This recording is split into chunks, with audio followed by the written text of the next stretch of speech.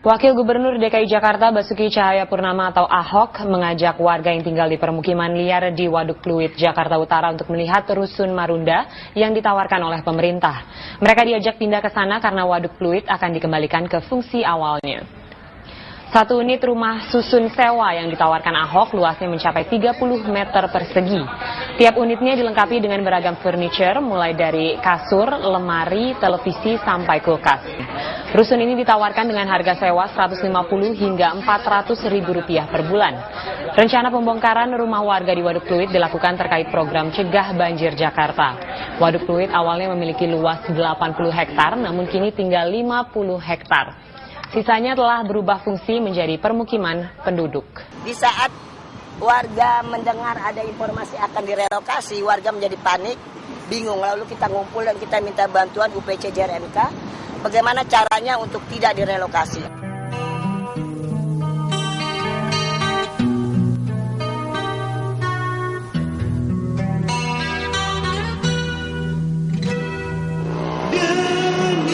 Di jantung kota, pusat gelisah dan tawa, dalam selimut debu dan kabut yang hitam kelam warnanya.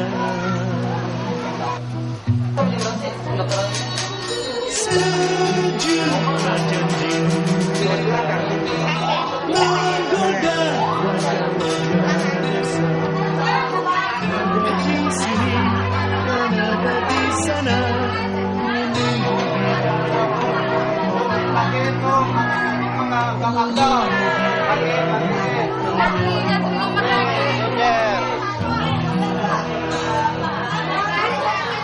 Aku masuk ke dalam, aku pura-pura mau daftar. Saya bilang, Pak, ada kriteria khusus nggak untuk mendapatkan masuk sini? Nggak ada. Yang pasti warga Muara Baru. Saya warga Muara Baru. Tapi saya punya rumah, apa-apa daftar aja. Oh gitu. Terus persyaratan misalnya nggak ada. Silakan ibu daftar, nanti dapat nomor, jam 2 nanti dipindahkan. Terus rumah saya setelah beres di sana rumah ibu dibongkar tanpa ada penggantian apa-apa. Ini ada salah satu warga tadi sudah mendaftar. Saya tanya, ibu waktu mendaftar dikasih tahu seperti itu nggak, Bu? Enggak. Hanya mendaftar. Nanti saya daftar dulu, daftar. Penjelasannya ada ahornya di sana. Oh gitu.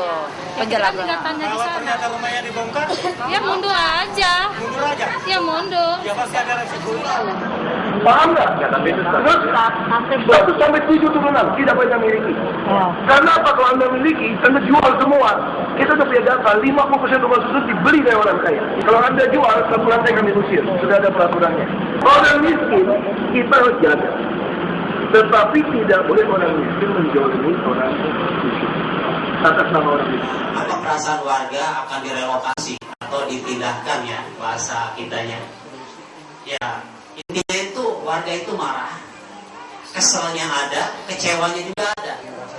Ya mengapa? Ya karena pertama warga ini baru dilanda musibah. Artinya dalam kondisi kita sedang berduka, perabot rumah tangga, kulkas, mesin cuci pada rusak. Bukannya bantuan dari pemerintah ujuk-ujuk, bahasa Betawinya ya, ujuk-ujuk pemerintah ini, terutama dari Pemprov sudah rundingan bagaimana cara merelokasi. Ini teramat dini, terlalu pagi pemerintah ini. Menentang keras tentang rencana pemindahan ini, ya, bagi yang sudah mengerti dan sudah berpuluh-puluh tahun menempati Waduk Pluit, termasuk saya pribadi. Ya. Nah, adapun saya selaku RT setempat, kalau bisa meminta, ya, Blok A itu ditata. Sama kampung kita lebih baik ditata. Kami nggak mau diganti untung atau diganti rugi. Karena untuk mencari misalnya begini, saya dapat uang 30 juta. Saya mencari lagi nanti di daerah sini uang 30 juta itu nggak ada harganya. Kami mau ditata, kalaupun direlokasi, kita minta relokasi di tempat yang terdekat. Dan itu akan menjadi hak milik. Ditata, karena kerjanya di sini, ya kita mau tempat tinggal di sini juga. Itu aja.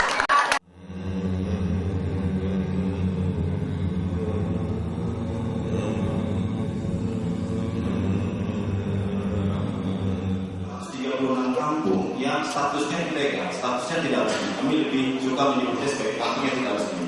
Karena kalau kampung ilegal itu seperti mengkriminalkan. Di Waduk Pluit yang kemarin juga sudah ramai itu ada 12.000 keluarga. Tidak mungkin ribuan orang ini hanya dicarikan solusi satu, yaitu rumah susun. Tidak menyelesaikan masalah. Mesti ada solusi-solusi lain. Banyak solusi-solusi lain yang bisa kita gali dari masyarakat. Oke, kami mengusulkan satu hal lagi. Lebih baik mereka ditata di tempat yang sama. Mereka tidak direlokasi, tapi direlokasi dan difungsikan mereka sebagai penjaga sungai dan sebagai penjaga waduk. Kalau memang ya sekarang yang ada di dalam waktu ini saya bisa dipakai atau misalnya dipakai rusun atau dipakai untuk menata kampung itu kan mungkin kan berapa ribu kakak dari situ tadi ada di dalam ruang waduk. Kalau ada di luar ruang waduk itu kita bisa melakukan, tapi itu di dalam waduk dan itu nyaman tata ruang dan saya tidak mau menabrak aturan.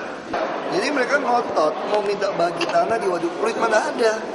Saya bilang kalau mau ngotot minta bagi waduk, lebih baik kita dudukin istana sama Monas, lebih lumayan kalau boleh bagi. Jadi kalau habis kita dudukin balai kota, istana, Monas, terus dealnya gimana? Ya bagi dong, ya lumayan kaya kita dudukin aja begitu. Saya udah temuin mereka, nanti mau ketemu gubernur aja. Dia pikir saya sama gubernur ngomongnya beda, sama aja. Saya ngomong juga ikutin gubernur ngomong. Warga itu diberi kesempatan, memberikan konsep dan penataan ruangan gitu kan. Tidak langsung mengalokasikan ke rusun Marunda itu, Pak. Nanti ketemu di lapangan, tapi saya diberi solusi. Setelah kami membuat konsep, ya akan kami serahkan ke Bapak, kami akan menghubungi Bapak, dan kita akan ketemu.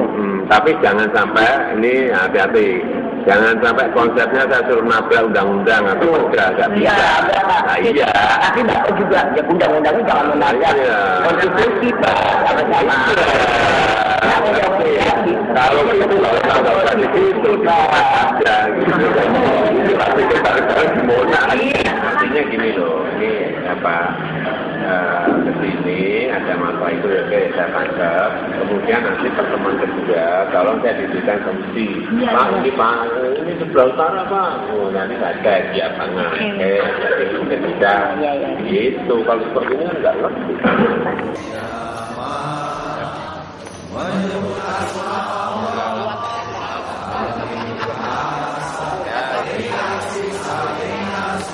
Apa tadi yang diomong?